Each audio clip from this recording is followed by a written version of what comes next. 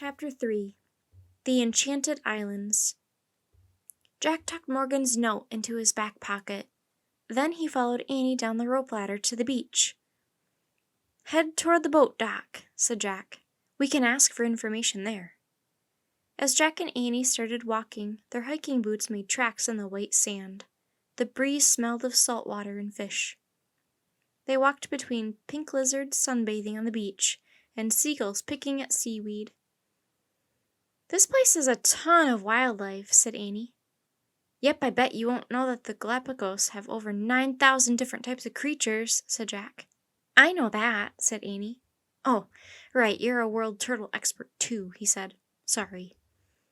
They skirted around sandpipers running toward the water and birds with big blue feet waddling at the ocean's edge. They passed a couple of sea lions resting on their backs. The sea lions lifted their heads to look at Jack and Annie. They seemed to smile. "Living the dream," Annie called out to them.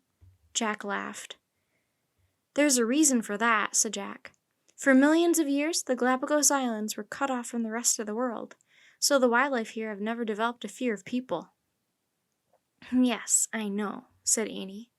"That's why explorers used to call the islands the Enchanted Islands," Jack went on. "They thought all the creatures were under a spell." "Yes," said Annie, "I know. In fact—" Jack interrupted her. "And did you know the islands were created by volcanoes under the ocean? Over millions of years, layers of lava turned into islands." "Well, yes, Jack, I know," said Annie. "In fact—" "And," interrupted Jack, "there are still 13 active volcanoes on these islands. Did you know that?" "Jack," said Annie, "we're both world turtle experts. Everything you know, I know too." "Oh, right," said Jack. "In fact, today there are 6 active volcanoes here on Isabella Island alone," Annie added. Said Jack. "Maybe we should ask someone about those volcanoes." "Oh, wow, brown pelicans," said Annie. "I love pelicans." Jack and Annie had arrived at the wooden pier that stretched out into the water. A number of brown pelicans hovered near tied-up vessels. An older man with a beard was hauling in a fishing net from his boat. "Look," said Annie, pointing. "Tourists." At the end of the pier, passengers were stepping off the boat Jack and Annie had seen. The writing on the boat said Galapagos Cruises. The tourists wore baggy shorts, flowered shirts, and sun hats. They carried beach bags and cameras. "Mister, where are the taxis?" a man bellowed at the fisherman. The fisherman didn't look at the tourists. He just pointed to the 2 white pickup trucks waiting near the beach. As Jack and Annie stood at the entrance of the pier, Jack held his breath. Would the tourists see him and Annie as world turtle experts?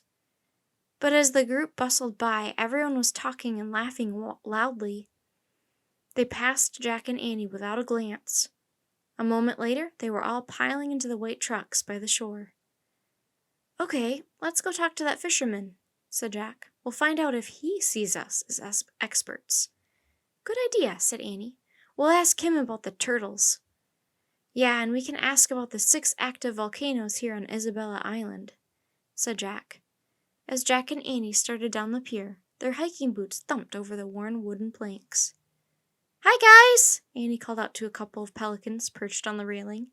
Suddenly one swooped up into the air and stole a small fish from a seagull. "Whoa, not fair!" Annie shouted at the funny-looking bird. The pelican landed on the railing, threw back its head, and swallowed the fish whole. Jack and Annie both laughed. "Listen to me," Annie said to the pelican. "Don't take what doesn't belong to you." The pelican lowered its head. "Good, you should be embarrassed," Annie said. Jack laughed again. "Annie, don't forget, when we meet people, you can't treat wildlife like they're human," he said. "Experts don't do that." "All right," said Annie. "I guess I should just slip back into my real self." She and Jack kept walking toward the fisherman. "Hello," Jack called out. The man didn't turn around. "Don't worry, more tourist taxis coming soon," he said in a grumpy voice. "Actually, we're not tourists," said Annie. The fisherman looked over his shoulder. Jack and Annie pointed to their badges. The fisherman seemed startled. Oh, I see, he said. You're world turtle experts. My mistake. The magic works, thought Jack. Are you from the National Park Service? The fisherman asked.